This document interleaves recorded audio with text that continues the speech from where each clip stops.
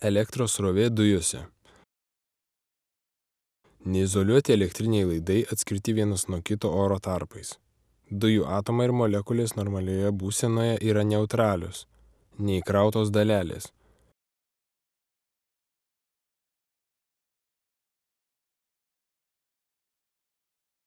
Sujungsim grandinę su aukštos įtampos šaltiniu ir mikroampermetru.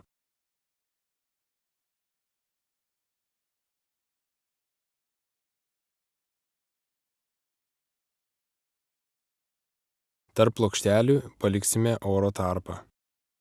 Srovės grandinėje nėra. Normalioje būsenoje elektros srovė pro oro tarpą nepraeina. Pastačius degančią spiritinę lemputę, oras tampa elektros srovės laidininku. Tokį patį poveikį turi ir radioaktyvios medžiagos spinduliavimas. Kodėl pasikeitė oro tarpo elektrinės savybės? Nesavaiminis dujų laidumas. Radioaktyvaus spinduliavimo poveikyje atomas praranda elektroną ir virsta teigiamu jonu.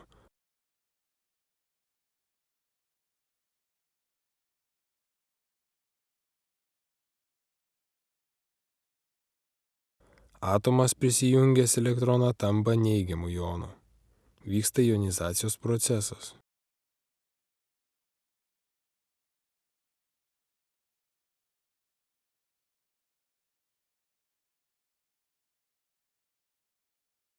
Susidarę jonai ir elektronai nulėmė dujų elektros laidumą. Susidūrus teigiamiems jonams ir elektronams bei neigiamiems jonams vėl susidaro neutralūs atomai. Vyksta rekombinacijos procesas.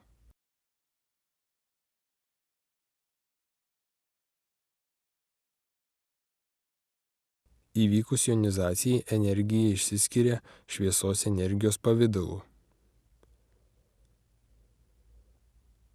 Jonizatorių veikimo pradžioje dominuoja jonizacijos procesas.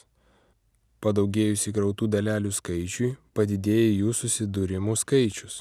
Nusistovi judanti pusiausvyra. Per laiko vienetą susidariusių jonų porų skaičius lygus rekombinacijos skaičiui.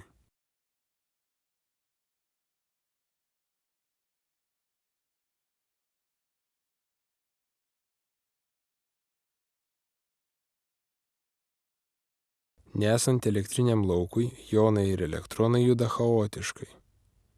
Elektrinėme lauke dalelių judėjimas tampa kryptingas. Artėjant prie anodo, elektronai skverbiasi į metalą. Neigiamas jonas atiduoda atliekamą elektroną ir tampa neutraliu atomu. Teigiami jonai neutralizuojasi gaudami trūkstamus elektronus iš katodo. Esant mažai įtampai rekombinacijos pasekmėje, ne visos įkrautos dalelės pasiekia elektrodą. Padidinsim įtampą. Kryptingas jonų ir elektronų judėjimo greitis padidės. Padidės ir elektrodą pasiekusių dalelių skaičius. Srovės stipris taip pat padidės. Grafiškai ši priklausomybė išreiškiama tiesia, tai atitinka Ohmo dėsnį. Esant tam tikram potencialų skirtumui, visos jonizatoriaus sudarytos įelektrintos dalelės pasiekia elektrodą nesuspėjusios rekombinuoti.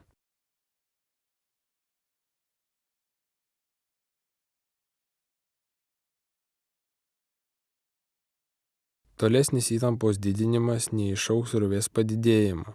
Srovė pasiekusi pastovų dydį, nepriklausantį nuo įtampos, vadinama soties srove.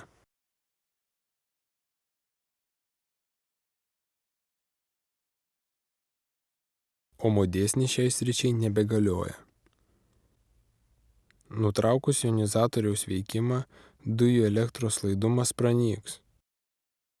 Dujų elektros laidumas nulemtas jonizatoriaus vadinamas nesavaiminiu dujų laidumu.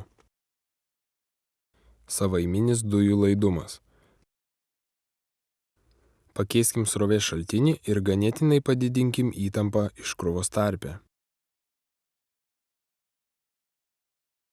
Kibirkšties atsiradimas patvirtina srovės praėjimą bei išorinio jonizatoriaus veikimo. Tai savaiminė iškrova. Grafike staigus kreivės kilimas. Savaiminiai iškrovai atsirasti reikalingas laisvas elektronas. Jis gali atsirasti veikiant kokiems nors spinduliams ar visur esančių radioaktyvių medžiagų poveikyje. Kol elektronų greitis mažas, jo smūgiai į atomus yra tamprūs. Stipriame elektrinėme lauke elektronas įgauna pakankamai energijos, kad smūgio metu jonizuotų atomus. Išsilaisvinę elektronai tęsia tolesnę jonizaciją, susidaro lavina. Patys greičiausiai teigiami jonai, atsimušdami į katodą, išmuša elektronus, kurių dėka vėl susidaro naujos elektronų lavinos. Norint pamatyti laviną, bandymas atliekamas prisotintoje vandens garų Wilsono kameroje. Ant teigiamų jonų kondensuojasi garai ir lavina tampa matoma. Savaiminis dujų laidumas yra elektroninių lavinų susidarimo proceso pagrindas.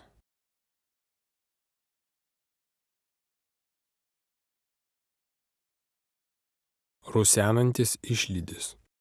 Jeigu išlydžio tarpe sumažinti dujų slėgį, tai savaiminį išlydį galima gauti ir prie mažesnių įtampų. Įsiurbus orą ir pasiekus keletą milimetrų gyvsidabrio stulpelio slėgio, išlydis įgauna charakteringą vaizdą, vadinamą rusenančiu išlydžiu. Susidaro taip vadinama tamsioji katodinė erdvė. Neigiamas rusenantis švytėjimas, Faradėjo tamsioji erdvė ir teigiamas švytintis stulpas. Atsekim vieno jono judėjimą. Susidūrimo su katodu metu jonas išmuša elektroną. Įsibėgėjęs tamsios katodinės erdvės jėgų dėka elektronas sužadina atomą neigiamą rusenančio švytėjimo srityje.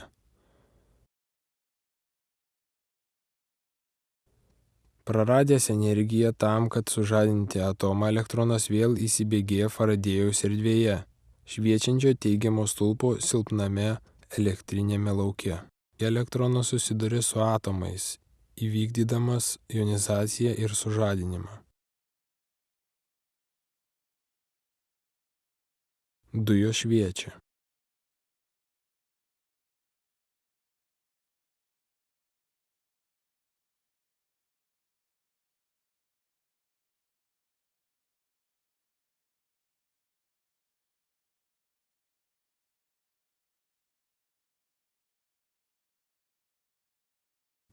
Vainikinis išlydis.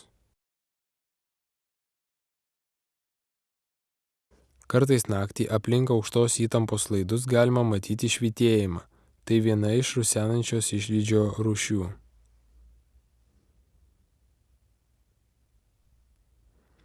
Vainikinis išlydis atsiranda stipriame vienalyčiame elektrinėme lauke aplink ploną laidininką.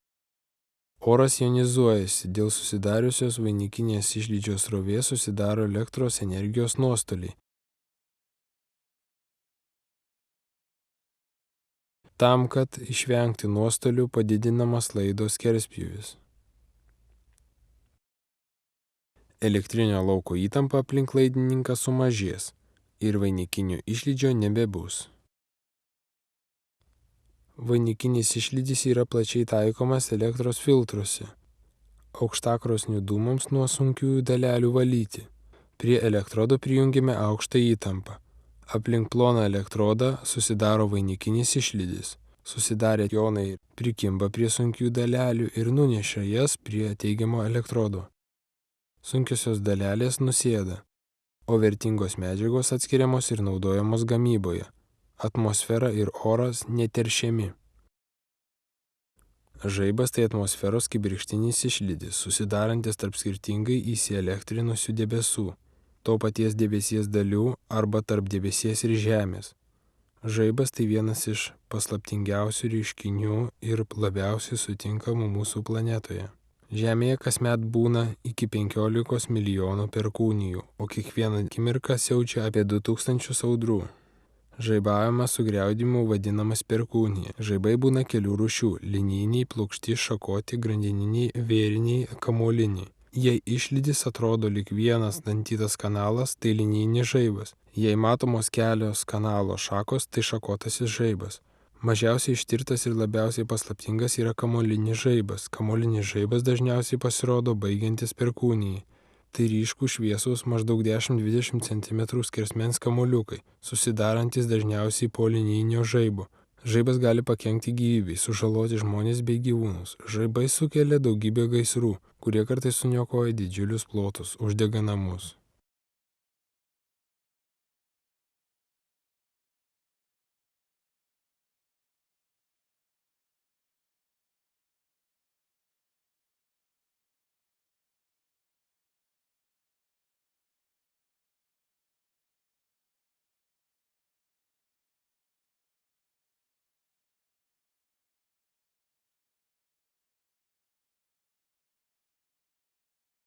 Lebedevo bandymas.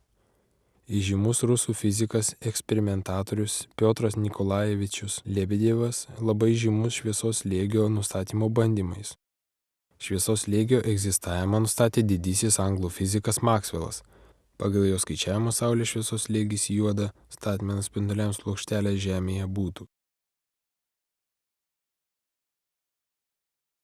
O slėgis į idealiai atspindinčią plokštumą būtų dvigubai didesnis, bet abiejose erdvėse tai labai mažas dydis.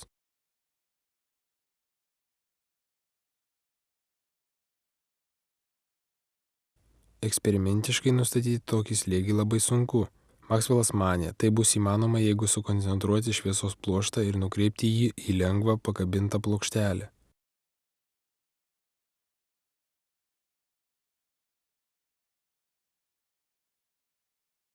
Lebedevas įgyvendino Maxwello idėją savo bandymuose. Specialiai sukurtame prietaise jis pritvirtino prie lengvo strypo galų metalinės plokštelės.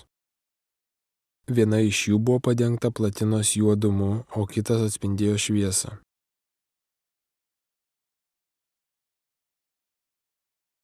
Strypas buvo pakabintas ant siauro tampraus siūlo, tai sukininės svarstyklės, o plokštelė nukreipiamas koncentruotas šviesos pluoštas nuo elektros lanko. Pagal siūlo pasisukimo kampą nustatoma šviesos slėgio jėga.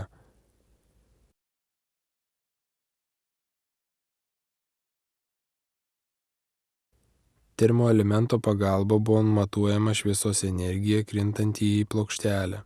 Tai reikalinga tam, kad palyginti bandymo rezultatus su teorijos duomenimis.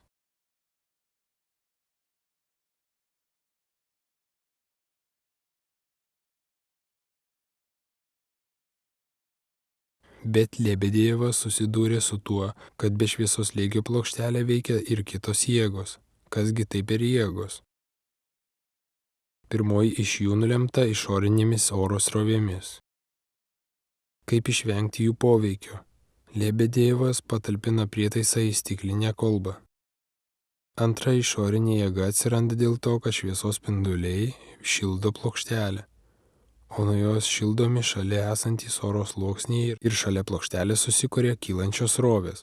Kadangi plokštelės negalima pastatyti griežtai vertikaliai, tai kylančios oro srovės veikia plokštelę su tam tikra jėga. Tai konvencinė jėga.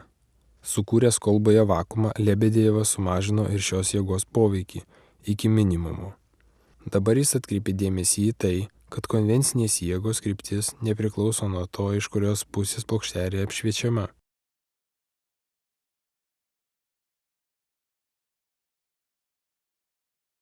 Lebedevui kilo mintis visiškai panaikinti šios jėgos poveikį. Pritaikius gudrią schemą, jis atlieka matavimus, kai plokštelė yra apšviečiama skirtingų pusių. Vienu atveju konvencinė jėga susidėdavo su šviesos slėgio jėga, o kito atveju atsiimdavo. Šių matavimo aritmetinis vidurkis konvencinių jėgų neturėjo. Galiausiai trečia jėga galėjo pakeisti bandymo rezultatus.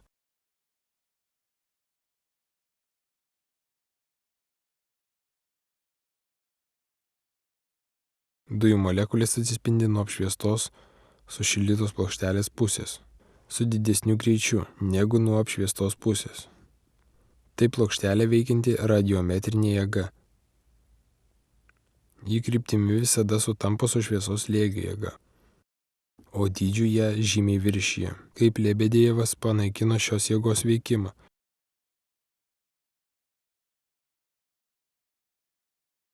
Jis pagamino plokšteles iš labai plonos metalinės folijos. Dabar abiejų pusių temperatūra beveik vienoda ir molekulių atsispindėjimas beveik vienodas.